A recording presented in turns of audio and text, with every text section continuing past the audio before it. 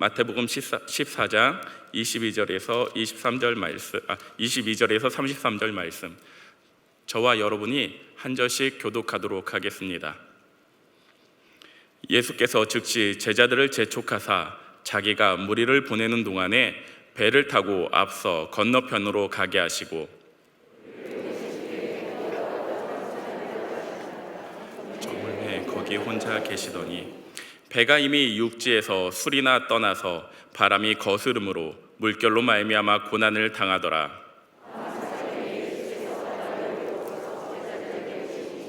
제자들이 그가 바다 위로 걸어오심을 보고 놀라 유령이라 하며 무서워하여 소리 지르거늘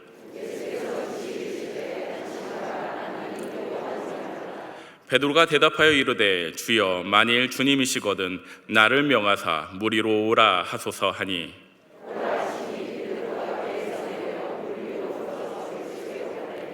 바람을 보고 무서워 빠져 가는지라 소리질러 이르되 주여 나를 구원하소서 하니 그를 붙잡으시며 이르시되 믿음이 작은 자여 왜 의심하였느냐 하시고 배 함께 오름에 바람이 그치는지라 배에 있는 사람들이 예수께 절하며 이르되 진실로 하나님의 아들이로소이다 하더라. 아멘. 오늘 우리가 읽은 말씀 앞에 등장하는 내용은 그리스도인들 뿐만 아니라 예수를 믿지 않는 사람들에게도 잘 알려진, 그래서 많은 사람들이 알고 있는 오병이어 사건, 오병이어 기적입니다. 떡 5개와 물고기 2마리로 여자와 어린아이를 제외한 5,000명의 사람들을 먹인 엄청난 기적의 사건인 것이죠. 오병이어의 기적을 일으킨 예수님께서 즉시 제자들을 재촉하여 배에 태운 후 떠나보내려고 합니다.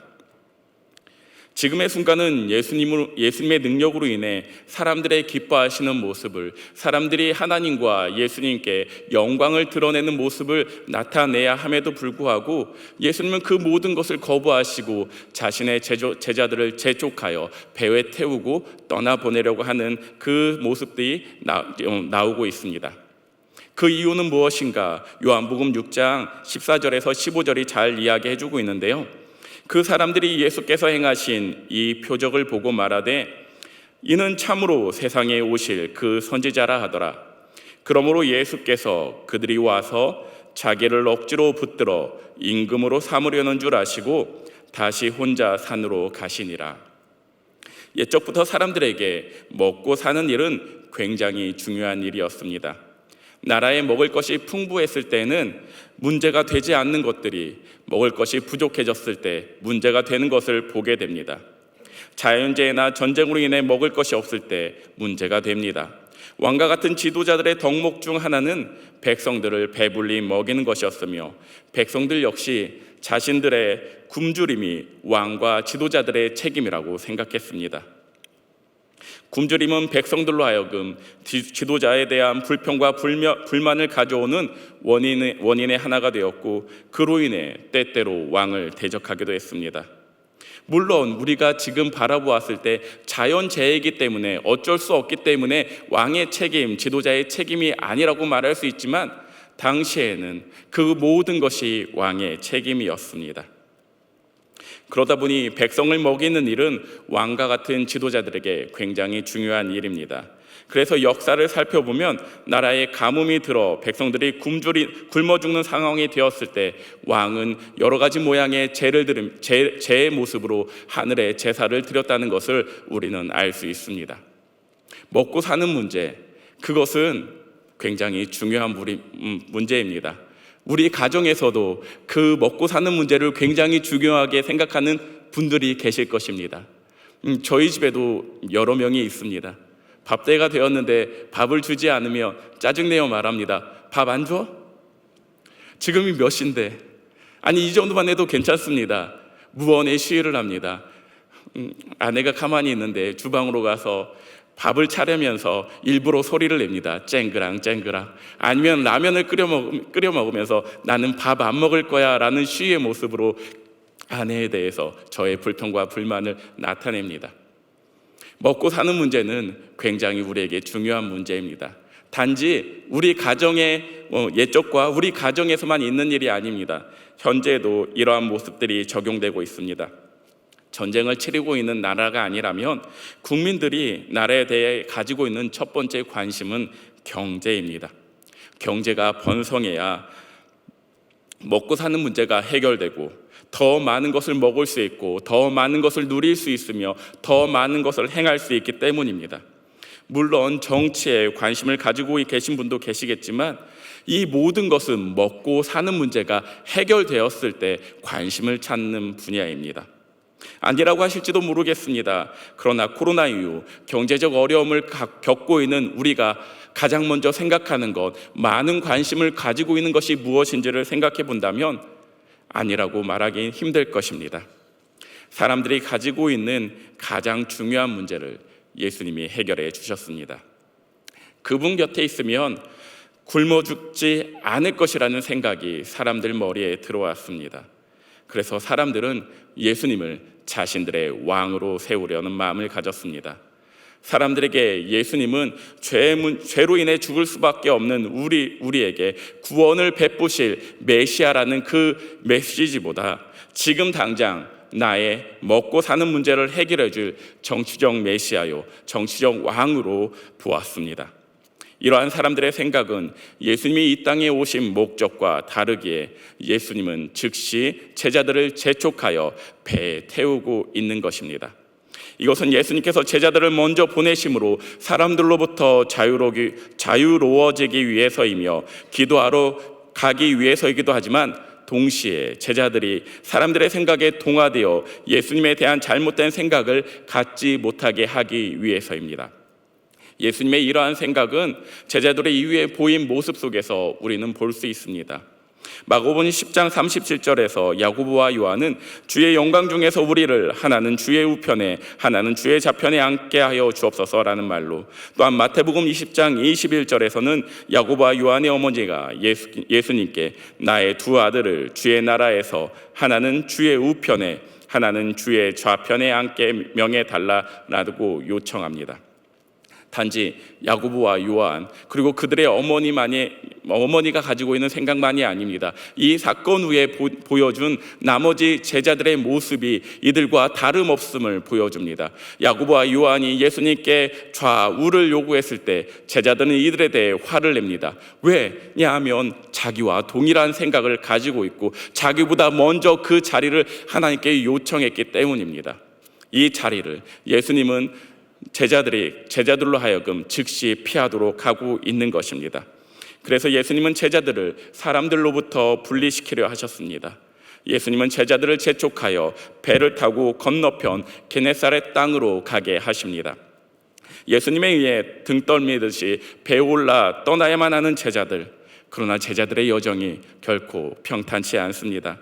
배가 육지에서 술이 떨어진 곳, 요한복음 6장 16절에 의하면 시별이, 다시 말해서 약 4에서 5km 떨어진 곳에서 제자들이 탄 배가 강한 바람과 물결을 만나게 됩니다. 바다에서 태풍이나 거센 폭풍우를 만난다라는 것은 굉장히 두려운 일입니다. 아무리 큰 배라 할지라도, 아무리 첨단 시스템을 가지고 있는 배라 할지라도 성난 파도와 바람이 언제든지 전복될 수 있고 물에 침범당할 수도 있고 때로는 파도에 걸려 두동강 날 수 있기 때문입니다. 두려움의 시간이요, 삶과 죽음의 경계선에 선 사투의 시간입니다. 성경의 원문은 지금 제자들이 이 거센 바람과 물결에 의해 겪고 있는 고통의 정도를 산통을 참지 못하여 악을 쓰며 소리 지르는 그 산모의 고통에 쓰여진 단어를 통해서 표현해주고 있습니다. 지금 겪고 있는 이 고통이 산모의 고통처럼 극심한 아픔이며 고통이라고 말해주고 있는 것입니다. 그래도 이 일이 밝은 낮 시간대에 이루어진 일이라면 그래도 좋을 것 같습니다. 눈에 보여지는 것이 있다면 미리 준비도 하고 예측도 하여 준비하여 막을 수 있기 때문입니다. 그런데 지금 이 폭풍우가 몰아치는 시기는 새벽 3시부터 6시라는 아주 컴컴한 시간입니다. 보이지 않는 시간입니다. 예측할 수도 없고 보여지지 않기 때문에 그 무엇으로도 준비할 수 없는 시간인 것입니다. 그러하기에 걱정과 두려움은 제자들의 마음속에서 점점 더 커져만 갑니다. 볼 수 없고 예측할 수 없어 장차 다가올 일에 대해 준비하는데 한계를 경험합니다. 지금 제자들이 가장 어렵고 힘든 시간에 폭풍우를 만나 싸우고 있는 장면인 것이죠.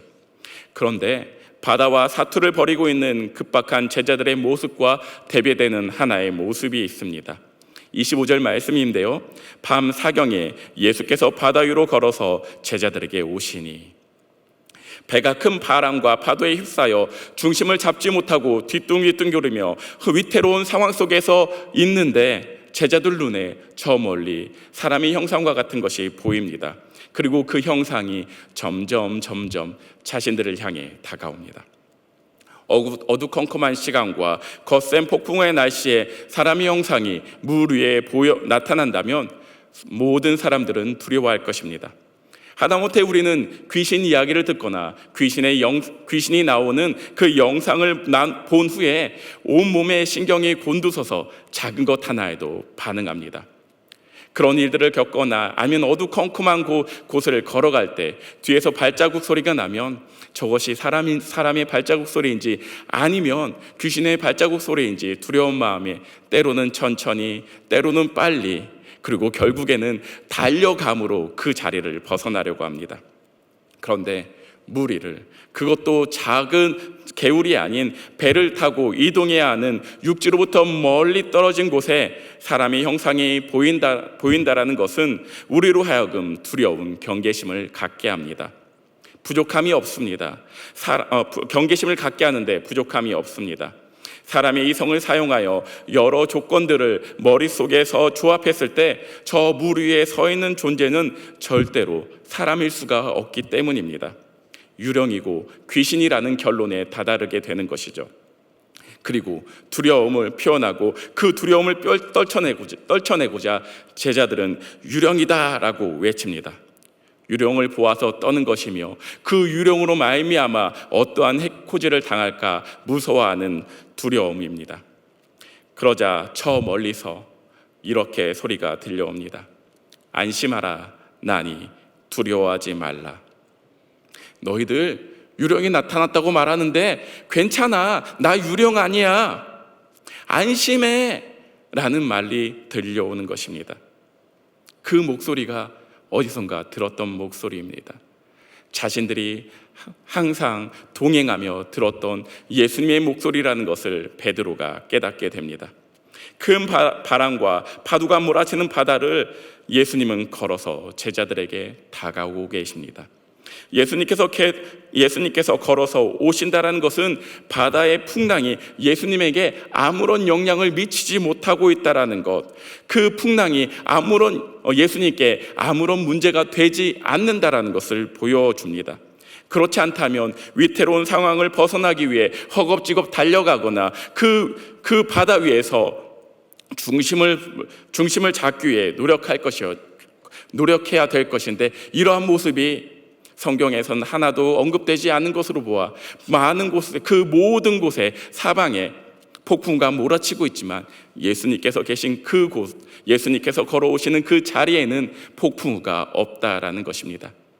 마치 기드온이 간구할 때 이 양털에만 물이 있게 하시고 나머지 곳에는 물이 없게 해주세요, 이 양털에만 물이 없게 하시고 다른 모든 곳에는 물이 있게 해주세요라고 말했던 것처럼 이 곳 양털만이 다른 모든 것과 다른 것을 보여주었던 것처럼 예수님께서 계신 그 자리만이 다른 모든 곳 환경과 상황과는 다른 모습을 보여주고 있는 것입니다.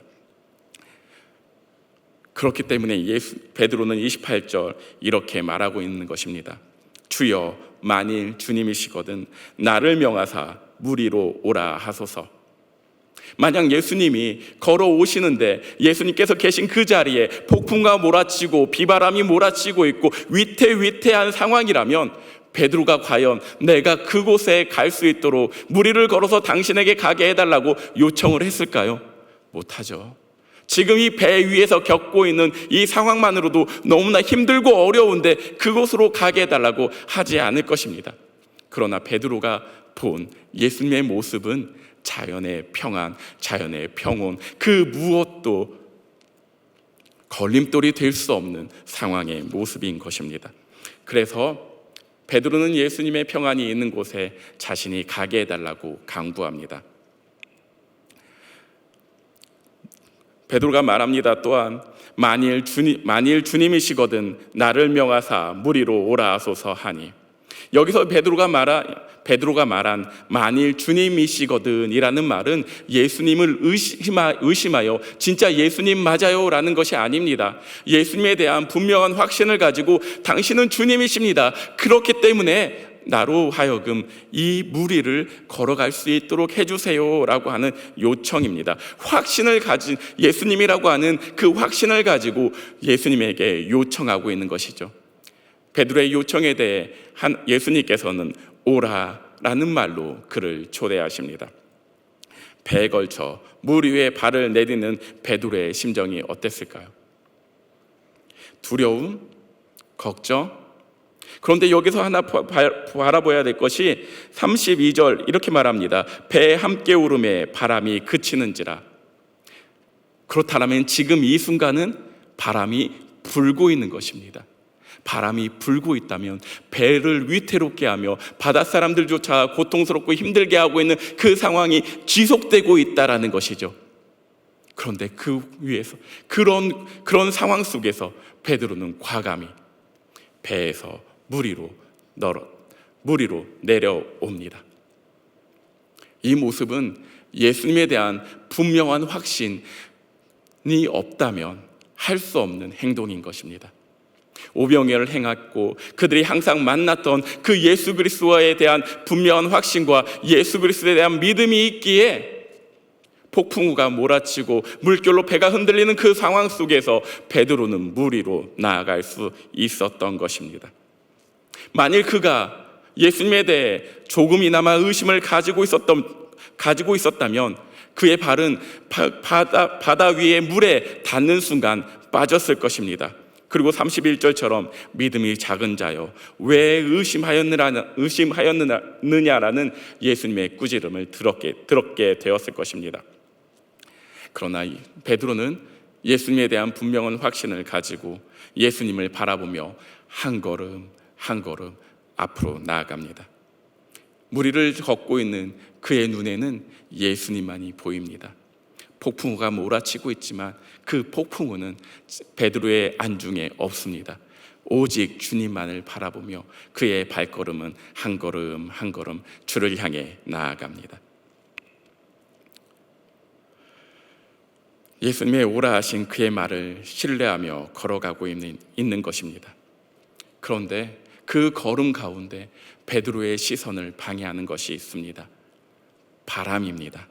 그 바람은 작은 것이 아닌 제자들이 타고 가던 배를 난파시킬 듯 흔들어대던 강한 바람이며 거세고 힘을 가진 바람입니다. 여러분, 태풍이 다가오거나 거센 폭풍과 몰아치는 날 바닷가를 나가보신 적이 있으신가요? 저는 파도가 몰아쳐서 해안가의 바위에 부딪혀 일으키는 물보라를 굉장히 좋아합니다. 그 모습을 보며 아름답다, 장관이다 라고 생각합니다. 어느 월요일 태풍이 가까이 다가오고 있었을 때입니다. 문득 물보라를 지금 가면 더 크게 볼 수 있겠다라는 생각에 가덕도 선착장을 향해 갔습니다. 그리고 차에서 내려 강한 힘으로 몰아치는 파도와 그리고 그 파도에 의해 일어나는 물보라를 바라보았습니다. 너무나 좋았습니다. 와, 굉장하다, 최고다, 장관이야. 그것을 느끼고 있는데 갑자기 어느 순간부터 바람 소리가 들리기 시작합니다. 그저 싱싱 하고 부는 바람 소리가 아닙니다. 아파트들이 몰려있는 그곳을 바라보며 싱싱싱이라고 불려지는 그 바람 소리조차도 어떻게 들리나요? 쉥. 네, 그런 식으로 들리지 않으시나요?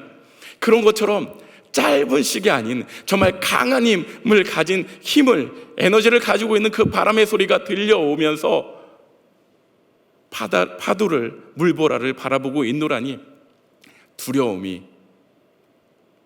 떠올랐습니다. 그리고 내가 저 파도에 의해 죽을 수도 있겠구나라는 두려움이 몰려왔습니다.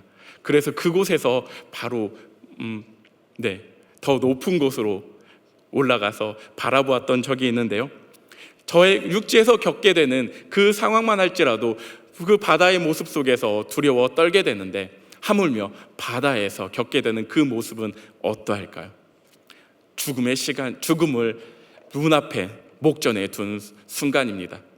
어찌해야 될지 알 수 없는, 정말 그 죽음의 사투를 싸워야 되는 시간인 것입니다. 예수님만 바라보며 걷던 베드로의 눈에 이렇듯 거센 바람이 들어왔습니다. 그 거센 바람에 의해 베드로의 시선은 어쩔 수 없이 예수님으로부터 바람에 옮겨갑니다. 뱃사람이었던 베드로에게 바다의 거센 바람이 가진 의미는 남달랐기 때문입니다. 삶과 죽음을 바꾸어 놓을 수 있는 존재입니다. 베드로의 시선이 거센 바람에게로 옮겨가자 베드로는 이전에는 생각지 않았던 의심을 하게 됩니다. 아직 거센 풍랑이 멈추지 않았어 내가 과연 예수님께로 마지막까지 끝까지 갈 수 있을까? 혹 내가 가는 그 길 중에 물에 빠져 큰일을 당하는 것은 아닐까? 방금 전까지만 해도 예수님에 대한 분명한 확신을 가지고 무리를 걷던 베드로의 마음이 흔들리기 시작합니다. 그러자 그 순간 그의 발이 물에 빠지기 시작합니다. 30절 말씀은 이렇게 말합니다. 바람을 보고 무서워 빠져가는지라 소리질러 이르되 주여 나를 구원하소서 하니. 죽음 앞에 선 다급한 외침입니다. 예수님을 믿는 우리는 예수님으로 인한 평안과 안심을 누립니다. 안식을 누립니다. 그분은 항상 그곳에 계셔서 우리와 인격적인 교제를 나누시기 때문입니다. 그런데 베드로의 시선을 빼앗은 거센 바람처럼 세상은 염려와 고통, 고난이라는 바람으로 예수님을 향한 우리의 시선을 빼앗아 버립니다. 마치 당장이라도 우리를 잘못되게 할 것처럼 무섭고 강하게 다가와 우리를 두려움 가운데 빠뜨립니다. 많은 사람들이 예수님을 믿은 후 고통 없는 삶을 추구하지만 고통과 고난은 우리가 통제할 수 있는 것이 아닙니다. 통제할 수 있다면 그것은 고통과 고난이 될 수 없습니다. 우리의 힘으로 어떠한 것도 바꿔 놓을 수 없습니다. 그리고 이 고통과 고난은 우리가 생각하지 않을 때 찾아옵니다. 어떠한 방법으로도 예측할 수 없으며 어떠한 모습으로 찾아올지 그 누구도 알 수 없습니다. 고통과 고난이 찾아온 이 순간만큼은 고통과 고난은 가깝게, 하나님은 멀리 있는 것처럼 느껴집니다. 이 고통과 고난으로 인해 빼앗긴 시선으로 우리가 경험하게 되는 한 가지가 있습니다. 그것은 항상 계셨던 하나님이 보이지 않는다라는 것입니다. 욥기 23장 8절에서 9절은 이렇게 말합니다. 그런데 내가 앞으로 가도 그가 아니 계시고 뒤로 가도 보이지 아니하며 그가 왼쪽에서 일하시나 내가 만날 수 없고 그가 오른쪽으로 돌이키시나 배울 수 없구나. 절망의 시간입니다. 낙심의 시간이며 고통의 시간입니다. 세상이 주는 고통만으로도 충분한데 내가 지금까지 믿었던 하나님이 마치 나를 외면하는 것 같아 더 절망하며 좌절하게 됩니다. 예수님을 믿고 신앙의 삶을 살아가다가 우리는 종종 세상의 거센 풍파를 마주하게 됩니다. 그리고 때때로 우리의 시선을 예수님으로부터 거두어 세상을, 그리고 내가 마주한 고통과 고난에 집중하게 됩니다. 그 순간부터 하나님이 보이지 않습니다. 얼마 전까지만 해도 항상 그곳에 계셨던 예수님이 계시지 않습니다. 내 곁에 계셨던 하나님이 보이지 않습니다.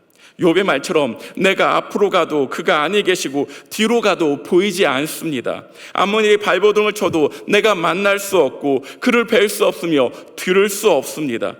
내 마음이 평안했을 때에는 만나주셨던, 그리고 들어주셨던 주님이 고통과 고난의 순간에는 만나주시지도 않고 들어주시지도 않는 매몰찬 분으로 느껴집니다.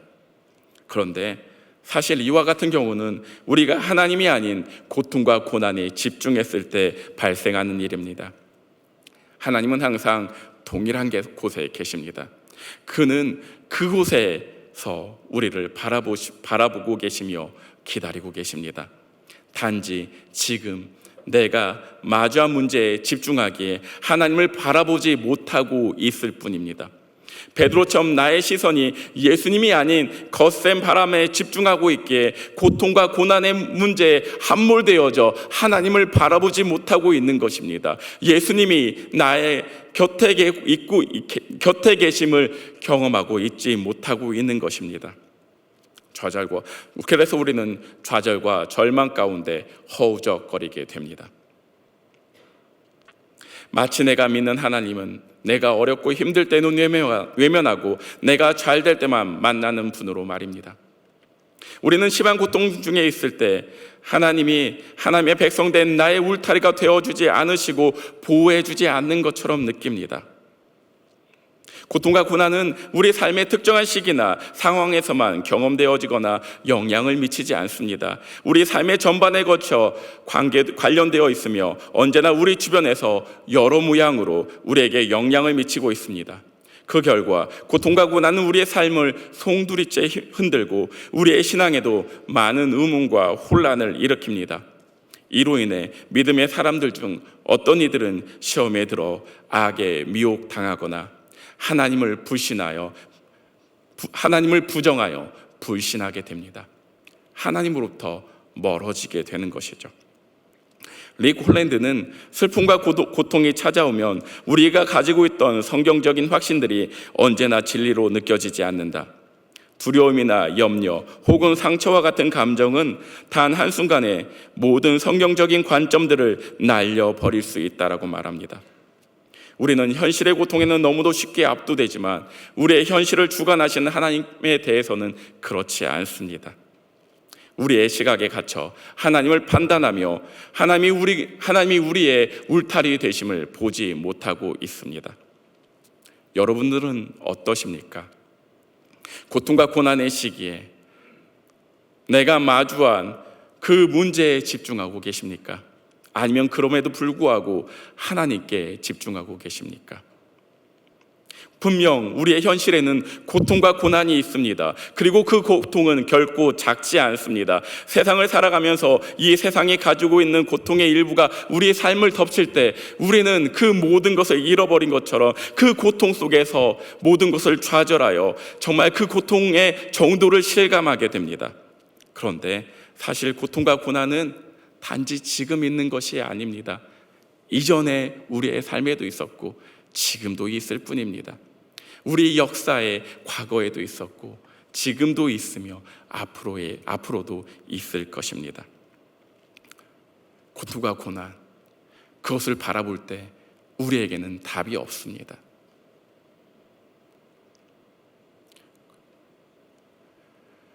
우리가 생각할 때가 있습니다. 우리가 엄마의 얼굴이 어떻게 생겼지? 라고 생각하면 엄마의 얼굴이 잘 떠오르십니까? 오히려 떠오르지 않습니다. 엄마의 얼굴을 떠오르려 하지 않을 때 오히려 떠오르는 것을 보게 됩니다. 고통과 고난의 문제에 집중했을 때 우리는 정말 그 고통 가운데 좌절하여 함몰되게 됩니다. 그 순간 우리는 다시금 눈을 들어 예수 그리스도를 바라보아야 되는 것입니다. 그 예수 그리스도를 바라보는 것이 무엇이냐면 베드로가 외쳤던 것입니다. 주여 나를 구원하소서. 그런데 성경이 말합니다. 즉시 손을 내밀어 물에 빠져가는 그를 붙잡았다라고 말합니다. 베드로는 분명히 예수님을 향해 걸어가고 있었습니다. 그리고 그 과정 속에서 물에 빠져 점점 아래로 내려가고 있었는데 예수님께서 어느 순간 다가와 주여 도와주소서라는 그 말과 함께 그의 손을 붙잡고 그를 일으켜 세워주고 계십니다. 우리의 외침보다 먼저 움직이시고 우리를 위해 일하시고 계시는 예수 그리스도의 모습입니다. 그리고 예수님께서는 그를 바라보면서 다시 물을 걸어라고 말로 할 수 있는데, 이 장면에서만큼은 예수님께서 그의 손을 잡아서 일으켰다라고 말하고 있습니다. 예수님의 직접적인 행동의 모습을 보여주고 있는 것입니다. 이것은 무엇을 뜻하는 것이냐면, 예수님께서 얼마나 급박하게 움직이셨는지와 함께 예수님께서 그를 사랑하고 계셨다는 것을 보여주고 있으며, 동시에 우리의 모든 것을 채우라신 하나님께서 그 순간 함께하고 계시다는 것을 보여주고 있는 장면인 것입니다.